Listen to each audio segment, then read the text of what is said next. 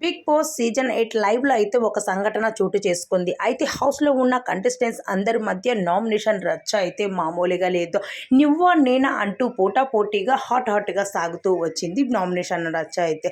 అయితే nomination process ఇలా ముగిసిందో లేదో అప్పుడు ఈ బిగ్ బాస్ టాస్క్ ఇవ్వడం జరిగింది. అయితే ఆ రేషన్ టాస్క్‌లో ఎవరైతే విజేతగా నిలుస్తారో ఈ వారమంతా ఆ రేషన్ సరిపోయినంత తనే ఇవ్వాల్సి ఉంటాది. అంటే రేషన్ మేనేజ్‌మెంట్ చేయాల్సి ఉంటాది అంటూ చెప్పుకొచ్చేసారు. అయితే బిగ్ బాస్ చెప్పారు స్క్రీన్ మీద ఎవరెవరి పేర్లు వస్తే వాళ్ళు ఏ టాస్క్ చేయమంటే ఆ టాస్క్ చేయాలి. అయితే ఇద్దరిద్దరుగా కొన్ని టాస్క్‌లు అయితే ఇవ్వడం జరిగింది బిగ్ బాస్. ఆ టాస్క్‌లో మాత్రం ఒక్కొక్కరుగా ఓడిపోవడం, ఒక్కొక్కరు గెలవడం జరిగింది. ఆ టాస్క్‌లో ఎవరైతే గెలిచి ఉంటారో వాళ్ళ మెంబర్స్ 5 మెంబర్స్‌కి మళ్ళీ బిగ్ బాస్ అయితే ఒక టాస్క్ పెట్టడం జరిగింది.